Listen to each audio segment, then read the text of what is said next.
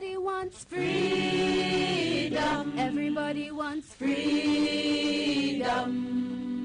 Freedom of thought. Freedom to talk. Everybody wants freedom. Everybody wants freedom. Freedom of speech. Freedom to teach. Good evening, viewers and listeners, and welcome to another edition of this program, The Rights of the People, brought to you every second, third, and fourth Friday of the month on SVG TV, Channel 9, by the Thusian Institute for Religious Liberty. I'm your host, Mrs. Anissa Batiste, and please let us start with a word of prayer. Loving Father who art in heaven, God who hath created us with inalienable rights and freedoms which ought to be respected by governments, help me now to speak the truth to the people, that they may know the truth, and that by this truth they might be saved. Help us to love one another and to respect one another's God-given rights and freedoms, that we might have a better society, I pray. In Jesus' name, amen. And now, my dear people, if you wish to contact the Thusian Institute for Religious Liberty, remember you may do several things. You may call us at telephone numbers 528-1015 or 432-5268. Or you may log on to our website. The address is www.firstfreedomthink.com. Or you may send us an email to TIRLSVG, that's TIRLSVG, at firstfreedomthink.com. I'll repeat this information towards the end of the program for your assistance. In this evening's program, we wish to look at the topic, when men reject inalienableness. I repeat, when men reject inalienableness. We want to look at the root cause of the many problems of injustices and infringements of human rights that take place in our society, and it has to do with the fact that people are not educated and are rejecting inalienableness. What am I speaking about? Inalienableness is a term that is used to describe our rights and freedoms. We are saying to you that the rights and freedoms that we all have as individuals, which are equal, they are inalienable. That simply means that they do not originate in laws, human laws. They don't come from human laws. They don't come from other people. They don't come from government legislation, or from nature. But rights and freedoms are all, they come from God. We are born with them naturally. And this is what it means when we speak about inalienableness. We are saying that your rights and freedoms, my rights and freedoms, your neighbor's rights and freedoms come from God. They do not come from government or government legislation. They do not come from nature. They do not come from the hands of another man. This is very important at the foundation, education of any nation that wants to be prosperous. Because if the people and the government do not understand and do not embrace that rights come from God, that they are sacred and they ought to be respected and protected, then you would have a breakdown in society where there's a lot of anti-rights and anti-freedoms behavior. And I want to say here today that when we look at what is happening more and more in St. Vincent and the Grenadines, we are seeing what happens when men reject inalienableness. So much what I'm saying is true. We have the nation of United States of America that was founded upon principles that embrace the inalienableness of the rights and freedoms of human beings. And I want to make reference to a very special and important document that helped to frame and shape the Constitution of America and the society on a whole in the beginning of this nation's development. And I refer to the Declaration of Independence of the United States of America, which was signed in Congress, that's like their parliament, on July the 4th, 1776, so that's hundreds of years ago. What does it say in the very beginning of this document that is relevant to this program tonight? It said, and I quote, "We hold these truths to be self-evident, that all men are created equal, that they are endowed by their Creator with certain unalienable rights, that among these are life, liberty, and the pursuit of happiness, that to secure these rights, governments are instituted among men, deriving their just powers from the consent of the governed." And I pause there. Here we see the Americans, while setting up their society, their nation, they decided that they were going to build a nation built upon principles of governance that would help them to be a just and free society. And among those principles, or central to those principles, was the belief that men are created equal, that they are endowed by their Creator with certain unalienable rights, that among these are life, liberty, and the pursuit of happiness, and that to secure these rights, governments are instituted among men, deriving their just powers from the consent of the governed. Let's pause there for a moment. The Americans said, we realize that the country is going to work well, the people are going to be happy, we're going to have a just and a good society if we embrace the truth, the self-evident truth, that men are created equal. Everybody is equal, regardless of race, regardless of color, regardless of opinions and beliefs. We are equal, and we are endowed with unalienable rights. The right to life, the right to liberty, the right to the pursuit of happiness, or the right to private property as it was described in other places. And you know what? It is God who created us with these inalienable rights. They come from Him. And the purpose of government is to secure these rights or to protect them. It is not that government gave man these rights or gives these rights to men, for it is God who endowed man with these rights. But governments are instituted among men to protect or to secure these rights. So much this is true, and so much indeed you had earlier presidents of the United States of America expressing belief in those principles. We have a very beautiful quotation from one of the former presidents of America, and I am making reference here.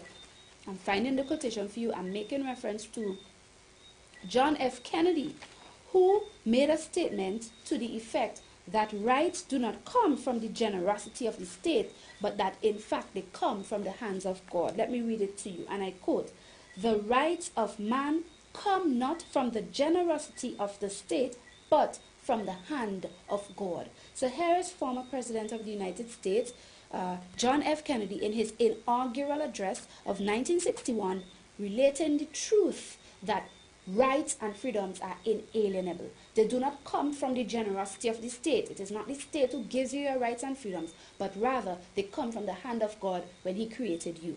Now, why is this so important for society to embrace? The truth that rights come from God and are inalienable. Why is it so important? Well, my dear people, you see, when we have that idea about rights, we will have greater regard for rights, because we will recognize that in the way we treat rights, we have to give account to God who gave them in the first place. It is not a simple matter. It is a matter of great importance, because we have to give account to God, for He is the one who gave rights, and He demands our respect of them. He demands government's respect of them. So that in government structure, whether you're dealing with the judiciary, which is the courts and the justice system, whether you're dealing with the what you call the legislature, the parliament where laws are made and so on, whether you're dealing with the executive, which is like cabinet and the policy makers, all the arms of government in their functions, in their operations, they are supposed to protect the rights and freedoms of humanity. They are not supposed to behave as if they give rights and therefore can manage them as they please, treating one person this way and another person that way, because they did not give rights to you. God gave the rights, and everything that government does in its different arms, in its different functions and operations, it is supposed to be done with the aim of the protection or the securing of those rights and freedoms which are inalienable.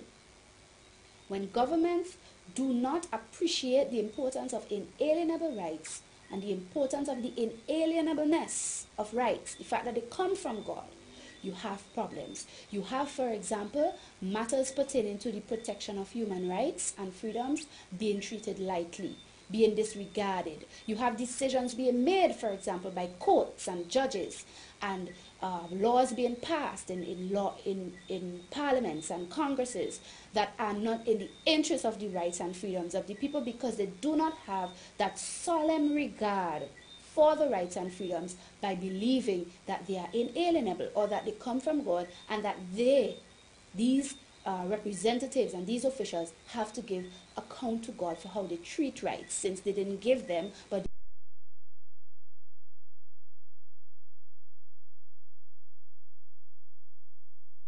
we look in St. Vincent and the Grenadines today. I am afraid that I have to say to you that there have been incidents recently and decisions being made by various arms of government which prove what happens when men reject inalienableness. I want to refer to one or two examples, chief of which we've been discussing in recent times in our most recent program, where we looked at the situation of the rehiring or the reinstatement of 3 police officers even after they had been convicted of criminal offense of assault causing bodily harm to 2 young boys, and in the case of Jackson, he almost died, we are told from the medical reports. We at the Thusian Institute for Religious Liberty feel that the behavior of the Commissioner of Police in choosing to exercise his discretion to rehire these men, and even the decision of the courts in giving these men a lesser sentence than they really should have got, is indication to us that men in this country, people have rejected inalienableness. If they had any notion and appreciation for the importance of inalienable rights and freedoms, meaning they come from God, and therefore they are to be respected and protected in the greatest way, these kind of mistakes, these kinds of wrongs would not be happening. Last week we gave you details about what happened to the child, and we showed you the different responses and comments made by Commissioner Miller in his attempt to justify his decision to rehire them. Today, I want to go to a later reporting in the newspaper of May 13, 2011, where the Director of Public Prosecutions, Mr. Colin Williams, not only remarked on the things that Mr. Miller, the Commissioner of Police, had said, but he himself in his pronouncement made some startling revelations which shows great disregard for the inalienableness of the rights of people in this country, even of Jackson. And I'm going to make reference to them and tell you exactly what I'm talking about. I speak of an article called "It Could Be No Mistake," says DPP. That's on page 4 of the Vincentian newspaper of Friday, May 13th, 2011. And in this article written by Hayden Huggins, we have quotations being given by from the DPP about his reaction to the decision of the Commissioner of Police to reinstate these men, and the Commissioner of Police comments that these men had simply made a mistake. What did the DPP have to say? And I quote to you: "It could be no mistake when they sought to cover their misdeeds and having told lies." End of quote. Reflecting on the evidence, the DPP added, quote, "This was a severe beating. This was no one lash. The man, Jackson, nearly died. Up to this day, they, policemen, have shown no remorse. And you telling me it is a mistake? When you make a mistake, you apologize and repent. They have done none." End of quote. The DPP recalled that from the beginning, the police high command appeared to be shielding the 3 officers. He noted that members of the high command had even said that charging the men was a formality. Let's stay there for a while. Here we have the Director of Public Prosecutions, the office that would have had to prosecute these men as allegations of criminal offense were made against them. He's saying that what they did was no mistake. He reminds us that the child almost died, okay? This was no lash. The man nearly died. And he even pointed out that what is worse is that they have shown no remorse. It can't be a mistake when they haven't even repented, they haven't even apologized. And it goes on to say that the DPP recalls that it appeared as though there was some effort being made by the police to shield these men from really getting the kind of charge they should get. Now, this is interesting and this is important to point out, because when you consider what the DPP is going to say right after about how he was instrumental in seeing that the men got a lesser charge, and when you consider that the judge in fact gave them a smaller sentence than greater, and when you consider that this child almost died and was in a coma for 7 days, you ask yourself, where is the due regard for inalienableness? Where is the due regard for the inalienable right to life of this child? That you could acknowledge that he almost died, and yet you confess right after that you were instrumental in dropping the charge to a lower charge. Let me read to you. I'm not lying. It goes on. The DPP, who had prosecuted the matter, said he appreciated not wanting to put a person on the breadline. But he pointed out that from day one, the convicted policemen, quote, got nothing but concessions, end of quote. Quoting him again, I reduced to a minimum the seriousness of the charge they ought to have faced. They could have faced a charge of attempted murder or causing grievous bodily harm. Then, the magistrate at the end of the trial, because they were policemen, exercised a discretion not to imprison them.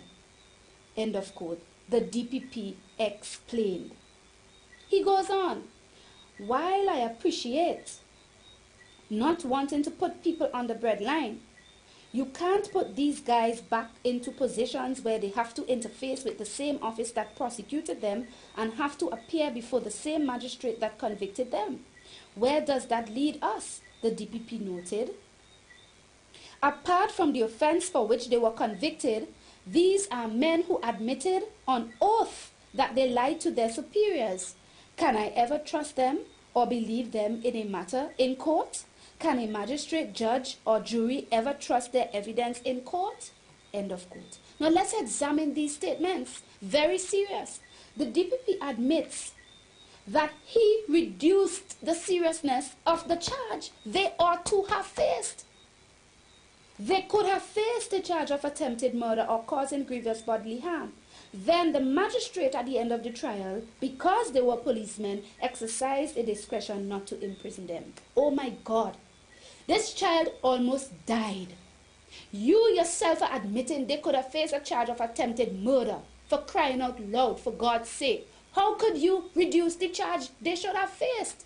What kind of regard do you have for rights and freedoms? The child's right to life was threatened seriously. He was in a coma for 7 days. The doctor report said had he not been put on ventilation when he got to the hospital, he could have died. The report also indicated that he suffered lung and heart damage. And you are confessing that they really should have faced a more serious charge, but you reduced it? That shows you what happens, my dear people, when men reject inalienableness.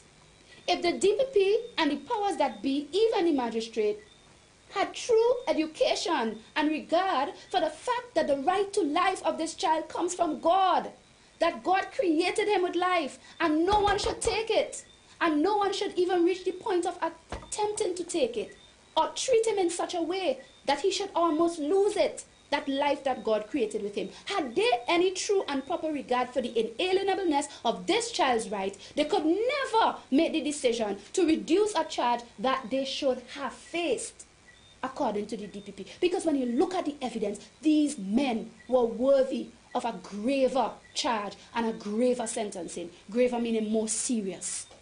And this is what we are being told here. The DPP even goes on to acknowledge that apart from the actual beating and abusing and torturing, in my opinion, and I've said it before, it is torture what they did to that child. It is inhumane treatment what they did to him. Apart from that, the DPP admits that these men admitted on oath that they lied to their superiors. And he questions, how can we trust them again in their reporting? My dear people, lying on oath is no joke. It is called perjury. Perjury has to do with when you lie before a court. You swear on oath. Some people swear in the Bible to speak the truth and nothing but the truth, so help me God. And yet, after you swear and say you will speak the truth, you actually lie before the court. This is what these officers did. I remind you of the article in the Searchlight newspaper that was Searchlight newspaper, Friday, April 29th, 2011, on page 5. It was front page and continued on page 5. We are told here, Officer Ballantyne, in his testimony at the trial, admitted to the court that he had given 2 different statements in the matter. He noted that the first was a random report and the second was under oath. So he admits he lied to his superior, and he also admits he lied under oath.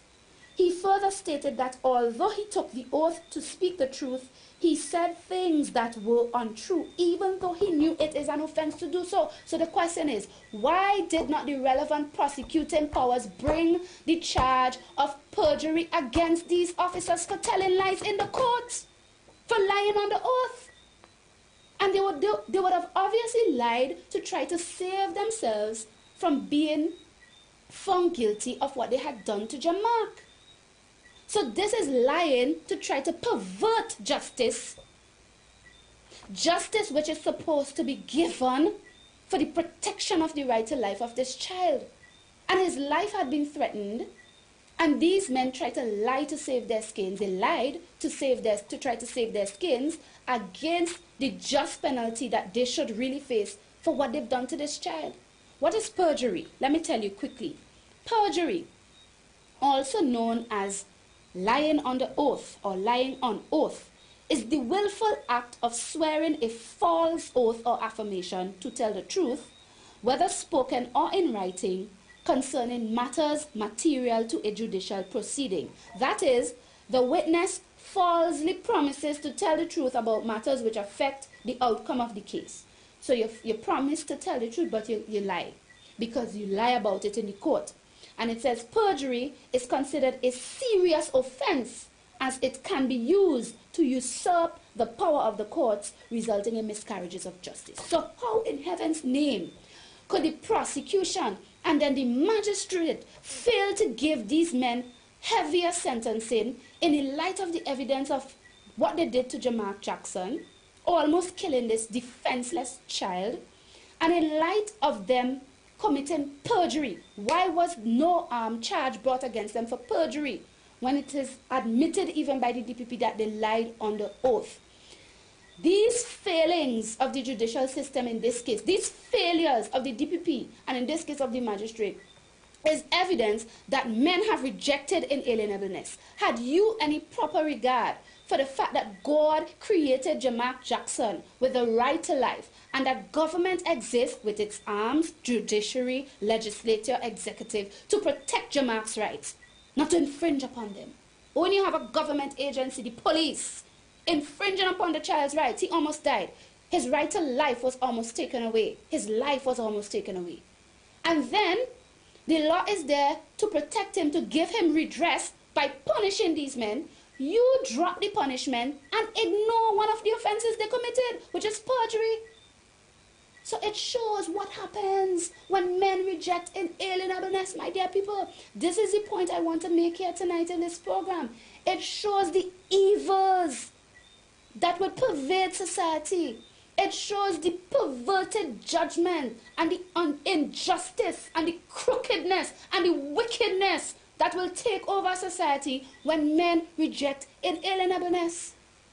And if you think I'm not speaking the truth, let me quote to you what I believe it was Thomas Jefferson, again, a former president of the United States of America, what he had to say about the importance of inalienableness.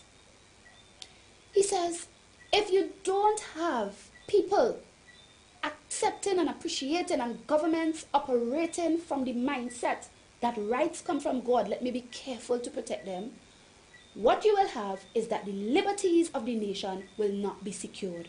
Let me read it for you. It says, he says it in the form of a question. He says, and can the liberties of a nation be thought secure if we have lost the only firm basis, a conviction in the minds of the people that these liberties are the gift of God, that they are not to be violated but with his wrath? End of quote. This is Thomas Jefferson, third president of the United States of America. And he says, look, if we lose that conviction in our minds, if there's not that conviction in the minds of our people that the liberties of men are the gift of God, can the liberties of our nation be secure? And the answer, of course, is no. And he says, and that these rights are not to be violated, but with God's wrath. In other words, he says, if a nation does not appreciate that the rights and the freedoms of men, the liberties, are the gifts of God, then not only would the liberties of the people not be secured, but also they will bring upon them the wrath of God. And this is what is happening in St. Vincent and the Grenadines. I don't even have time to go through the different examples, but we have other stories that came out in the paper since then about people claiming police brutality. We have a story that came, for example, on the back page of the newspaper, police brutality, woman claims woman. May 13, Friday 2011. Okay, Friday, May 13, 2011, sorry. And this woman is lying in the hospital bed and she's claiming police brutality. And when the relevant authorities of the police were contacted for comment, the article tells us that there was none. A senior officer with whom the news spoke said he was not aware of the matter. But this woman is in hospital and she gives a graphic detail of how she was pulled and how she was dragged and so on and dealt with by police officers. These things ought not to be happening, but it is happening because men reject inalienableness. Men do not have any solemn conviction and regard and sacred regard and attitude towards the rights and freedoms of people, because they don't acknowledge that they come from God and that they have God's wrath to deal with and face if they do not protect and respect these rights in the way they should be protected and respected. And this is what is happening in St. Vincent and the Grenadines. We heard the story of the 3 teachers. For God's sake, the government signed an agreement with the teachers' union saying if you run for office when you lose, you could get back your job. Why are they not honoring the agreement? These men are on the breadline as a result. They cannot work. They are not working, and therefore they are losing income. And you need income. It is a part of your right to private property, okay, to be able to sustain your life. Think about Bigger Biggs. He has 60 workers at Rabaka there and in his blocks making firm.